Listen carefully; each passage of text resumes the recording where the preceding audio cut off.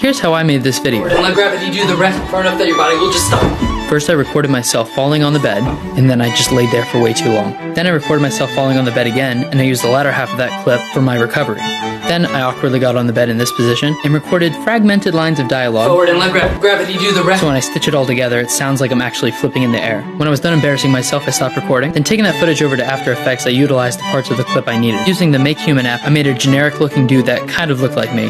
Not really. And using the Bellis 3D app, I was able to face scan myself and import that into Blender. I went ahead and combined the two of those, and grabbing a frame from my video, I used that for the texture of my clothing. Setting up a 3D camera, I matched perspective with the actual clip and got my body in place. I then went ahead and added bones, then I went ahead and added some really rough flipping animation and came up with this. When I was happy with the results, I went ahead and rendered it out and brought it back over to After Effects. Then using a lot of keyframes and masking, frustration, anger, confusion, and depression, I finally had something I was happy with. Here's how I made this video.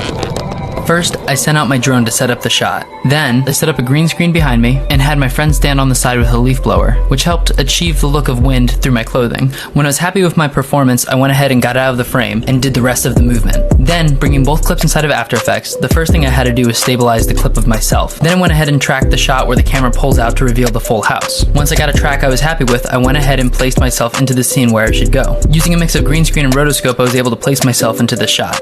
Not too bad.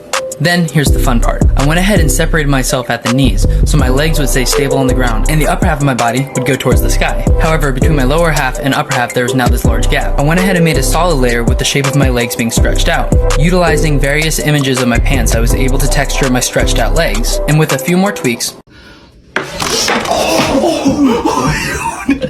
here's how I faked a trick shot and fooled the internet.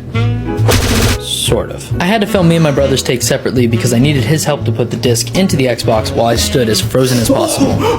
Wow, that is very embarrassing.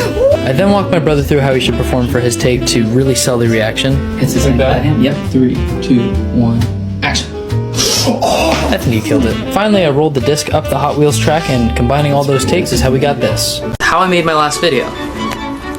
As you probably saw, David Dobrik made a contest giving away a Tesla to one person on TikTok. I wanted to incorporate a G Fuel can, but I checked online and there wasn't one for sale within a 100-mile radius. So I decided to model a 3D G Fuel can instead, and just use a generic can for reference. First, I printed out a screenshot of David Dobrik's video, along with a heart and a caption I created on TikTok. Next, I taped the heart to a light stand, and the caption on a wire hanger. Lastly, I pulled up David's video on the phone and held the printed version behind it. Then I positioned my camera and recorded these shots.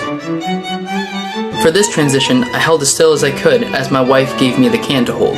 When I was happy with my performance, I brought my footage over to After Effects and proceeded to cut myself out. This way I could use the clean plate to remove the light stand and the heart. I didn't stay as still as I thought, so I had to spend 4 to 5 hours editing and combining the two clips to make the transition feel a little bit more seamless. I then animated the 3D can into the shot and rotoscoped my hand over it. Finally, I had to mask out the heart for the final reveal. And that's how I made this video for Extra Gum. When I think about bubblegum, my mind instantly connects with fair rides and games, so I knew I had to make this video at a fair. Then I remembered there's a global pandemic going on and there isn't a single fair open in a multi-100-mile radius. But I decided to be extra. I would film the video on a green screen and create a virtual 3D fair. So my incredible wife and I got to work shooting all the footage that we would need. Side note, trying to record a video while watching your kids is a fantastic character builder. Moving right along, I brought all my footage into After Effects and proceeded to key out all the footage I would need for my 3D scene. Inside of Blender, I was able to create a 3D fairground that was minimal but effective. Once I was satisfied with the look, I brought in all the pre-keyed footage and positioned them in the scene. Because I couldn't hit the target to save my life, I ended up animating a 3D dart as well. Finally, for the big reveal moment, I filmed myself in front of the green screen and performed the first half of the action. Then I held as still as possible so Karina could remove the green screen, revealing the real location. Fun fact, I also couldn't do the shot while focusing on the action and blowing a bubble, so I took the bubble from a different shot because I cannot act and chew gum at the same time. And there you go. Here's how I made this video.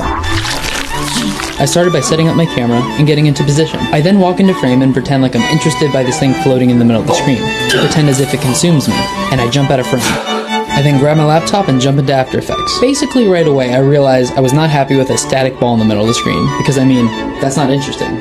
like at all. So I went ahead and found this clip from NASA of a drop of liquid floating in the air. I thought it was really cool, so I used this as my reference. Using the plugin Paint and Stick in After Effects, I went ahead and began drawing my animation every other frame. Eventually, as I grab this ball, I go ahead and let the ball follow me until it consumes my hand. From there, it works its way across my body, and I had a little bit of fun with the animation, trying to make it feel kind of elastic but also alive. This was a long, painful process. However, I got to the point where I was eventually covering my entire body. Using that handy-dandy clean plate, I went ahead and masked out my body as I was being consumed by the animation. I proceeded to make it look like I was picking myself up from the foot, and my hand was being pulled back into the sphere. These breakdowns may not be your cup of tea, but if they are, how I played Super Mario Bros. On my wall.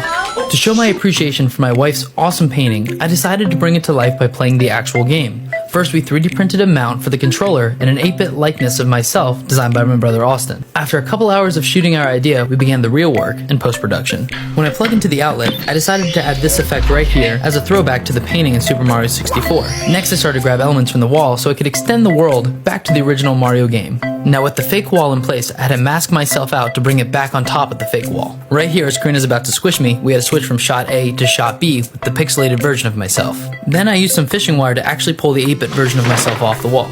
And there you go. That's Make one TikTok, use the hashtag DavidsTesla, and if you get the most amount of likes by Monday at 3 p.m., that person gets the car.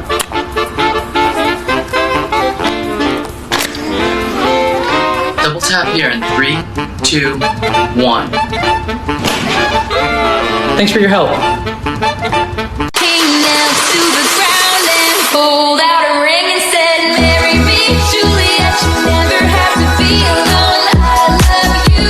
How I made this video. First, I shot myself pretending to land on a swing, and then getting a big enough push to jump off. Then I climbed a playground and captured myself pretending to fall in the air. Lastly, I got out my drone and sent it up and then down from the spot where I had jumped. I knew I would significantly have to speed up the drone shot to achieve the momentum I was going for. This created two problems. The swing was moving too fast, and people were moving in the shot, so I painted out both the person and the swing. I then created a 3D swing, moving at the appropriate pace. I then added this drone shot to the swinging shot. I cut myself out of the swing to put it above the drone shot. I brought in the footage of me on the playground and roughly lined up the timing with me jumping off the swing. I proceeded to cut myself out. The perspective wasn't lining up too well, so I broke up the shot of me flailing around into a bunch of layers based on body parts, arms, torso, head. Using opacity, keyframing, masking, and of course the puppet tool, I was able to hide the transition and make it more seamless. For the final effect of landing back on the swing, I simply lined up the two shots of me falling in the beginning of the video. By adding some puppet tool distortion, camera shake, and keyframing,